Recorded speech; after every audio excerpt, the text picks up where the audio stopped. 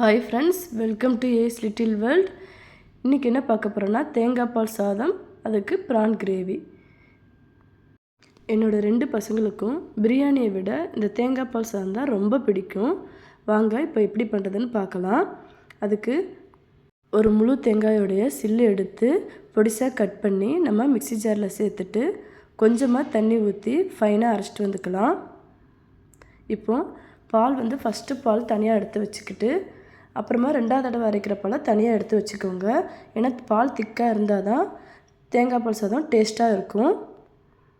இப்போ நான் 3 கப் பாஸ்மதி ரைஸை தண்ணியில் அலசிட்டு 10 நிமிஷம் ஊற வச்சுருக்கேன். 3 கப் பாஸ்மதி ரைஸுக்கு 6 கப் தேங்காய் பால் கரெக்டாக இருக்கும்.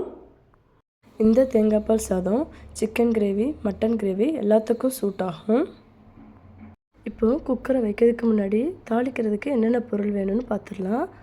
1 டீஸ்பூன் ஜீரகம், பட்டை, கிராம்பு, ஏலக்காய், 4 மிளகாய். உங்களுக்கு காரம் அதிகமாக தேவைப்படுச்சுன்னா எக்ஸ்ட்ரா 2 மிளகாய் போட்டுக்கோங்க.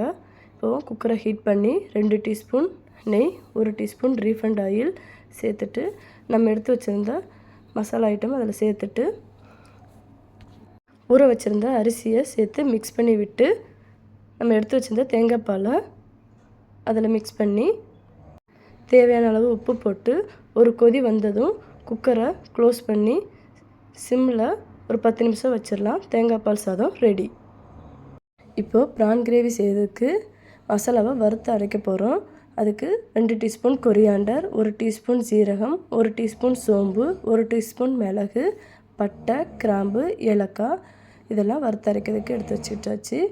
அப்புறம் இஞ்சி பூண்டு பேஸ்ட்டு, 2 தக்காளியை நைஸாக அரைச்சி எடுத்து வச்சுக்கிட்டேன். அப்புறமா 2 பெரிய வெங்காயத்தை பொடிசாக கட் பண்ணி வச்சுக்கிட்டோம். இப்போ ப்ரான் 1 kgயை நல்லா தண்ணியில் அலசி க்ளீன் பண்ணி எடுத்துக்கலாம். இப்போது ஒரு பேனை ஹீட் பண்ணி அதில் நம்ம தேவையான அளவு நல்லெண்ணெய் ஊற்றி 1 டீஸ்பூன் சோம்பு, நம்ம கட் பண்ணி வச்சுருந்த வெங்காயத்தை சேர்த்து நல்லா வதக்கிக்கலாம். இது நல்லா கோல்டன் கலர் வர வரைக்கும் நல்லா வறுத்துக்கோங்க. அப்போ தான் கிரேவி டேஸ்ட்டாக இருக்கும். இப்போது நல்லா கோல்டன் கலரில் வந்ததும் நம்ம இஞ்சி பூண்டு பேஸ்ட்டு சேர்த்து அதை ரா ஸ்மெல் போகிற வரைக்கும் நல்லா வதக்கி விட்டுக்கலாம். அப்புறம் நம்ம அரைச்சி வச்சுருந்த தக்காளியை சேர்த்து மிக்ஸ் பண்ணி நல்லா வதக்கிக்கலாம். இப்போது ஒரு டீஸ்பூன் மிளகாத்தூள், 1 பிஞ்ச் மஞ்சத்தூள் சேர்த்து நல்லா வதக்கி விட்டுட்டு நம்ம க்ளீன் பண்ணி வச்சுருந்த ப்ரானை சேர்த்து நல்லா வதக்கிக்கலாம். நம்ம திக்காக கிரேவி செய்கிறதுனால நம்ம தண்ணி ஊற்றணுன்னு அவசியம் இல்லை. ஏன்னா ப்ரான்லேருந்தே தண்ணி வரும். இப்போது நம்ம அரைச்சி வச்சுருந்த மசாலாவை சேர்த்து நல்லா வதக்கி விட்டுக்கலாம். ஸ்டவ்வை மீடியம் ஃப்ளேமில் வச்சு ஒரு 10 நிமிஷம் கொதிக்க விட்டுக்கலாம்.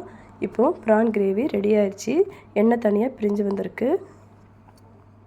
இந்த கிரேவி பார்த்திங்கன்னா என்னோடய ஹஸ்பண்ட் தான் செஞ்சாங்க. டேஸ்ட்டு சூப்பராக இருந்தது. ஓகே ஃப்ரெண்ட்ஸ், இந்த ரெசிபி பிடிச்சிருந்துச்சுன்னா லைக் பண்ணுங்கள், ஷேர் பண்ணுங்கள், மறக்காமல் சப்ஸ்கிரைப் பண்ணிடுங்க. நெக்ஸ்ட் வீடியோவில் மீட் பண்ணலாம். பாய்.